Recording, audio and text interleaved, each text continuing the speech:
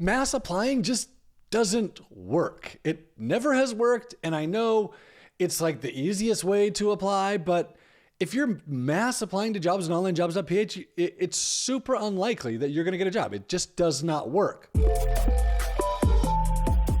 Welcome to the Secret Sauce of Outsourcing podcast that's dedicated to making you better at outsourcing to the Philippines. This is episode 466, 8 golden rules when applying for jobs on onlinejobs.ph. Yeah, today is the first time I've ever done a podcast episode that is not aimed at employers. This is aimed at workers on onlinejobs.ph. I want to welcome you guys to the podcast. I've never had you as my audience before, and today I'm going to talk to workers. If you're an employer, this is probably going to be really good for you to understand what we're asking people to do, and it'll be indicative and probably helpful to you as you go to hire people on online jobs, as you're looking to write a job post. So, workers in the Philippines, welcome. I'm super excited to talk to you. I have never done this, and it's kind of different for me. And I did it recently on a podcast as a guest on a podcast with someone else, and found it very eye-opening to myself to speak towards you, the workers. And I'm hesitant to say the virtual assistants because I hate those words, virtual assistant. But it was also really good for me to finally put into words the things that I've seen for the last 20 years in hiring people in the Philippines. Yeah, I hired my first person in 2005. And yeah, that guy still works for me today. It's been 20 years. So I want to cover today 8 golden rules when you're applying for jobs to help you get a job.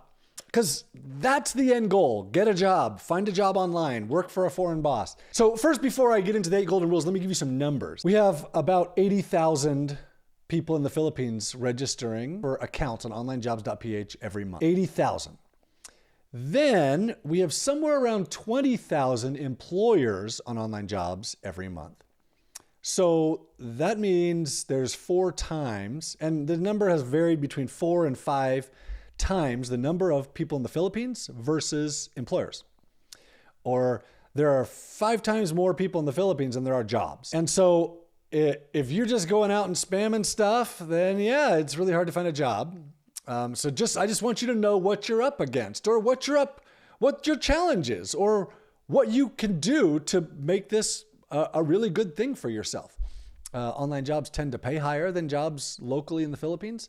They tend to be more stable if you handle it well. They tend to be easier, less demanding, like where in the Philippines, often you're going to work 6-10-hour days. Working online, you're probably expected to work 5-8-hour days. You get a lot more flexibility. You get more time off. The whole thing is generally better, but employers still expect a lot. Online employers, Americans still expect a lot. So let me go through. I wrote down some notes ahead of time just so I know the direction I want to go, and I ordered them in order of importance. So I'm going to go through my 8 golden rules when applying for jobs on onlinejobs.ph. And you'll see that like numbers 2 through 7 are directly related to number 1. Numbers 3 through 8 apply to number 1 and number 2. And not all of them are like this, but yeah, you're going to see this. So the number 1 golden rule applying for jobs on onlinejobs.ph is to stand out. That's it. Stand out.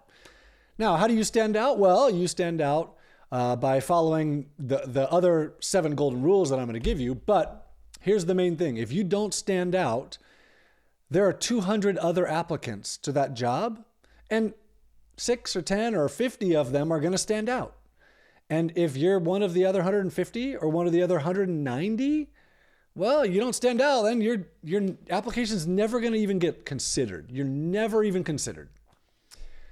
So the real key here is to stand out in the mind of that person. And I can tell you multiple times in my career in the last 20 years where I have hired someone because they stood out rather than because they were the best or the most qualified, or they were the one that had the most experience or the lowest salary or whatever it was. It didn't matter. I hired the person who stood out the most. And sometimes I was right and sometimes I was wrong, but I still remember multiple times where I was like, I just keep coming back to this person. Like no matter what these other people say, I just keep coming back to this one because they stood out to me. So as you listen to the rest of this, you need to do things to stand out. And if you're just part of the crowd, well, then like the ones that are part of the crowd, I never even looked at them. So this brings me to number 2. Mass applying does not stand out. If you're applying to 10 jobs every day, sending the same cover letter every day, and your profile is generic, I want to be a virtual assistant / data entry / video editor / WordPress, well, you don't stand out. You don't stand out at all. And every employer who gets your application sees you just sent me a generic application, a generic cover letter, and I'm not interested. I don't care. I'm not interested because you're just mass applying to everything. Okay, so before I move on, I want to acknowledge that I understand that applying to jobs is hard. And certainly the easiest way is to write a single cover letter that you think is really good and send it to 10 different people. Send it to 10 people every day. That's your apply points limit. You get to send one apply point to each job. So send it to 10 people every day. It's the best cover letter you can write, and it's generic and whatever. So I understand that's what's easiest. I also understand it's just going to take more to get a job that way. Like it's unlikely to work. So this leads me to number 3, which is to follow instructions. So because so many people just mass apply, employers have put stuff into their job posts in order to weed out those who are just clicking apply, right? They want someone who stands out.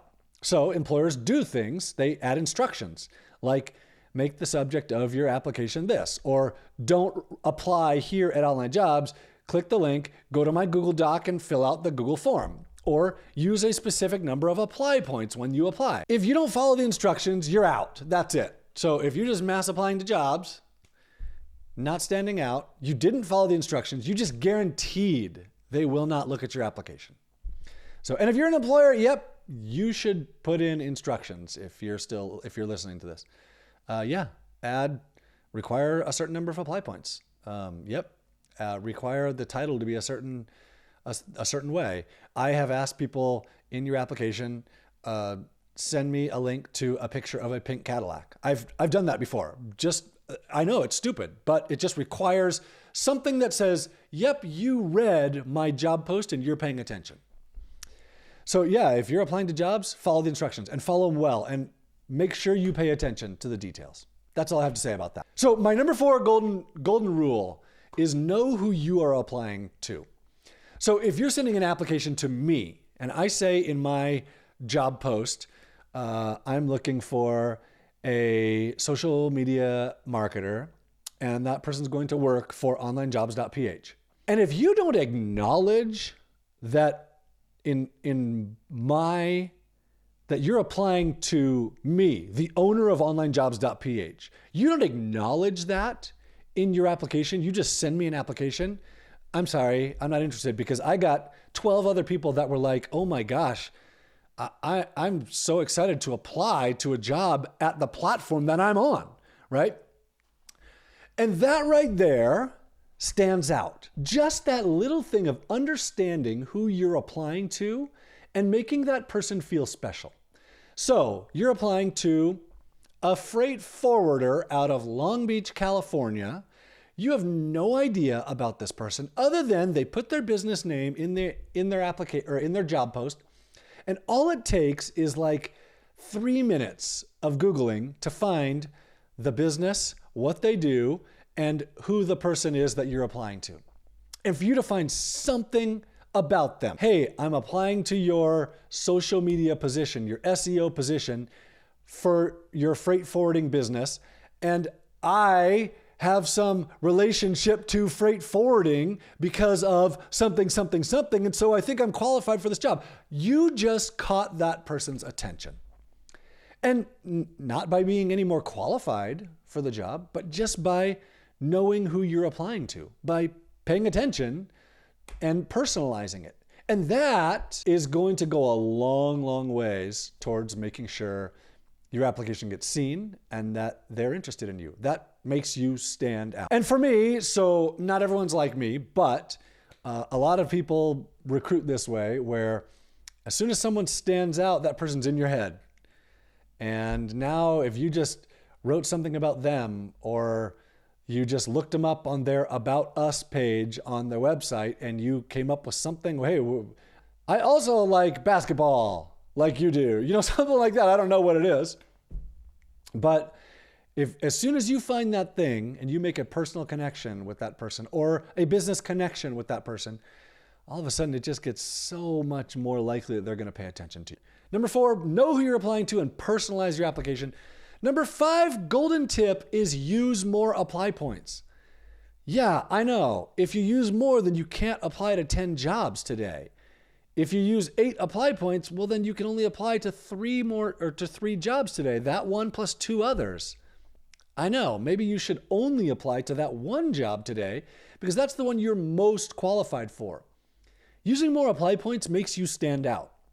Using more apply points tells the employer, hey, I'm really interested in this job, and I also think I'm really qualified, and I'm going to stand out. I'm going to recognize who you are. I'm going to make a connection. I'm going to personalize my application, and I'm going to use all 10 of my apply points today on your single job. As an employer, if I'm looking at applicants to my job post, number 1, I don't ever look at people who used 1 apply point. I just don't. I will not. If you use 1 apply point, I'm not interested. I don't care how qualified you are. I'm not going to look. If you use 10 apply points, if you use 24 apply points, all of a sudden I'm like, well, wow. I mean, this person they're serious about this. And I'm definitely going to read their cover letter. I'm definitely going to look at their profile. I'm going to see. I'm at least going to open and see. And that's the difference between mass applying and making it personal and caring and making it a significant contribution to this application. If you make a contribution, if you take your time and do a single good application rather than 10 crappy applications, the chances of you getting looked at are so much higher. So my golden tip number 5 is use more apply points when applying. It makes you stand out. All right, so now number 6, and this is maybe common sense, and you might just be like, well, I don't care. I'm not going to do that anyway. I don't care. But number 6, golden rule, stick within your skills. If you find a job post that says, I need someone with 12 years of experience in copywriting, and you're like, well, I just graduated, but I've done a little bit of copywriting, so I'm going to apply and say and pretend, I'm an expert copywriter. When you're actually not an expert copywriter, you just made that employer mad, right? Because they know they're not dumb. And this is when we start to see reviews put onto people's profiles, negative reviews put onto people's profiles during the application process. I see it regularly. This person applied and they wasted my time, and do not pay attention to this person.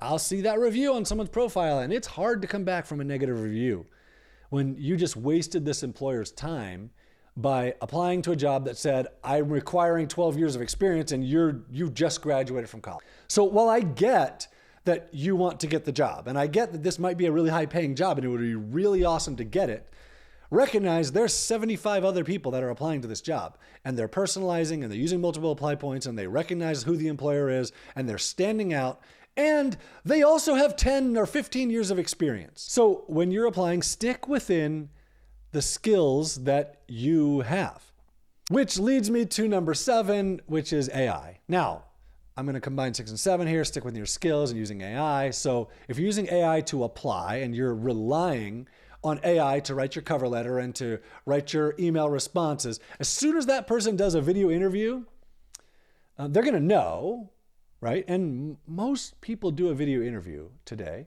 especially because of AI. If you're just relying on AI in your application process, it's going to come out, and then they're going to write a negative review. And again, it's hard to overcome that negative review. So it's acceptable to use AI in the application process. It's not acceptable to fake who you are in the application process with AI. It's not acceptable to fake your skills and say, oh, well, I could do social media marketing. I could do SEO. If I can just get the job, then I'll just use AI to do it all for me. And I will say that I got duped once early on. This had to have been late 2023, probably, like soon after AI came out. And whoever it was had done a lot of really incredible AI stuff to apply, and I hired her. And as soon as we started working, I was frustrated. And it took me a little while to figure out that this person actually has no capability. They have no skills themselves. They are incapable of making the changes that I'm asking for because AI will not make these changes that I'm asking for. And they just keep giving me the same thing over and over and over again. And I fired them and I wrote a bad review.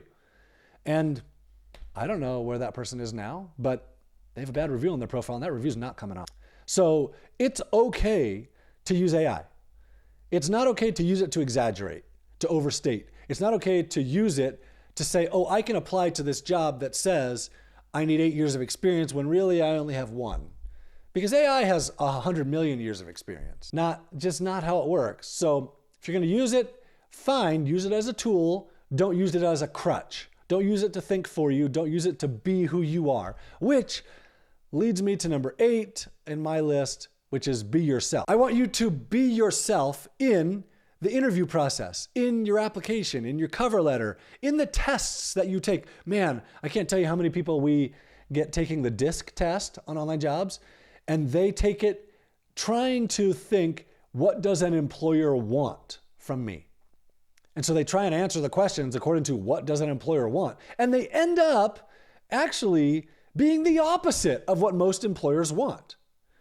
And that's not even their actual personality. It's not even your actual personality. So when you take that test, take it as who you are, be yourself, answer it honestly. Then when you apply, be yourself. Put some of your personality into the application. Put some of your personality into your response emails. Put some of your personality into the video interview. Don't worry about the background in your house. Be yourself. Don't worry about the chickens clucking or the dogs barking. We know that's going on. We know we're not hiring someone next door to us in the US. We know you're in the Philippines. We know your house is small. We know, right? Most employers are fairly realistic about this. And what we're actually looking for is someone to kind of be a partner with us. And I'm not looking for AI. I can use AI myself. I don't need you to use it for me. I don't need you to fake who you are to get the job. And then later I just find out, wow, that really sucked and that person's bad. Or you just disappear because you faked it and then you realize, oh, wow, I really can't do this. And now that employer's pissed and they're going to leave you a negative review. Just be yourself. Be yourself when you're being interviewed. Write honest responses.